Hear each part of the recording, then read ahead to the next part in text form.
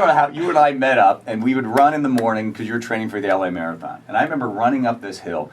I'm like, George, I am such at a difficult point in my life. I don't know what to do. I'm 28 years old. I'm supposed to join this other group, and I don't know what to do. I don't want to go back to Philadelphia. And you said, let's have dinner. Let's have dinner tonight. After the show, let's have dinner. I know a really nice restaurant. So we went to this really nice restaurant in Scotland, there in Edinburgh. Do you remember, what was that restaurant? I don't remember, but I remember, in fact, George, I have the entire thing that you said to me and I said to you, there it is on a script. You're about to do a playhouse, George, where you are playing yourself. Because, George, you don't realize this. 35 years ago. These words spoken to me changed my life. And they were your words, George. This is you and I in the restaurant. You ready? All right. Here we go.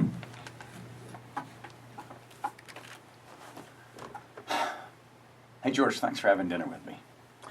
Oh, J. Michael, my pleasure. Waiter, we haven't even looked at the menu. How about this? I'll try the salmon. Oh, yeah. You get the chicken, Uh-huh. and we could share. Yeah, that sounds good. That sounds good. Yeah, sure. Thanks. Yes. Hey, George, I'm at this crossroads in my life. I mean, you know that Brazilian dance troupe? You know that crazy dance troupe? Don't do that. What? Bad idea. What do you mean? You would hate that. Oh, you mean joining them? Yeah, I told you about that on the run. Hey, so what should I do? I mean, I don't want to go back to Philadelphia. I don't want to sell medical supplies. I feel stuck, George. I mean, I'm sort of like dead inside. If you were me, George, what would you do, George? Oh, I don't know. I don't normally like giving that type of advice. If I were you, Yes. I would become Yeah. a TV weatherman. A TV weatherman? Yes, and here's why. Okay. You look like a TV weatherman. Yeah. Everyone will love you. Mm-hmm. You get to wear fancy suits. Yeah. You don't have to know anything about the weather. Yeah. It's a perfect job. That's what I would do if I were you. Okay, but how, George? How do I become a TV weatherman? I don't know how. I just know that what I would do if I were you. What? This is so tender. Oh, the salmon? Have you tried the I salmon? guess I should probably try the salmon. Yeah. Delicious. See. Okay. I so don't George. remember that. Oh!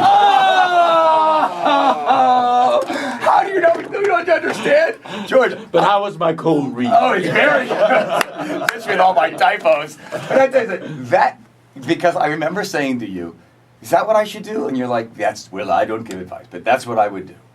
And But I have to get into character. I know, but that was you. But George, here's the strange thing. So then let's flash forward. I come back, I quit the job, I get a job as a weatherman, and then 2 years later... Oh, you did get a job as a weatherman. Yeah, because then 2 years later... Here in Seattle. No, in Grand Junction, Colorado, and then Champaign-Urbana, and Fort Myers, Lots of Florida, weather Lancaster, there. Pennsylvania, all over the place. I make it all the way to Washington, D.C. 2 years later, I'm standing in line behind the red carpet waiting to interview William Shatner, and you come along because they're putting William Shatner's chair in the Smithsonian. Oh, that's right. And I've got a microphone. And all of a sudden I'm like, oh my God, there's George Takei. He's the reason I'm here. And I'm leaning through and I go, George, it's me, George, it's me. You told me to quit selling medical supplies and become a weatherman. Now I'm a weatherman. Oh my gosh, well, look at you now. Well, you're the weatherman. What are you doing here? And I said, well, I'm interviewing stars. And so they send me out in the sun. Well, good for you. And I said, I took your advice. And she said, I just gave you that advice. I didn't think you'd take me seriously. Well, I've made it. And then you said bravo to you. And you said to me, are you happy? And I said, I have never been happier in my life. And I owe that to you, George. And you left it, and here you are now. Oh, no, they fired me. That's a whole nother story. They fired you. Well, there are other stations that have good... No, I don't need... No, policy. this is the #1 radio show in Seattle, George. And you have plenty of weather here. Oh, yeah. I'm not a It keeps weatherman changing. anymore. Yeah. You would revel in this weather here. I took what you said about being a weatherman, and I just sort of expounded on that and became a talk show host and stuff. But it's funny. I remember, and I still remember the salmon. I remember you were drinking white wine. I remember the entire thing like it was yesterday. Really? Yes. And you're looking at me like but I'm you don't insane. remember. I'm embarrassed. I hope you're happy, Brian. You can't even remember the restaurant where we had salmon. I don't remember that. All I know is that you paid. Where was that restaurant? It Do was- you remember geographically? Where it was in the city, I remember they gave you a great seat. We sat in it was a two-top at the window. Beautiful, great big high windows, and I just remember his white tablecloth. Was it on the Royal Mile or was it in Old Town? George, I don't know why I remember that sort of stuff. I remember his happy dinner with Well, Susan. you remember the menu. No, I remember. I mean, you remember those details. You got to remember where we. I don't had know, it. George. I don't know. But I do remember that. I think you're making up the menu and the restaurant part. Wait a minute. Wait a minute. They had salmon. I love salmon. See? As a matter of fact, I Yes. had salmon yesterday. See? So it would not be And unlikely. I probably will be having it today as well. All right, then. At Life Reinvented. Is that where you're going? Oh, right. That's what you're doing. Right. Yeah. I thought I'd give you a cue. To get back on track. All right. Well, I'm finished reminiscing with you, but it doesn't take away from the fact that I think you have inspired millions of people.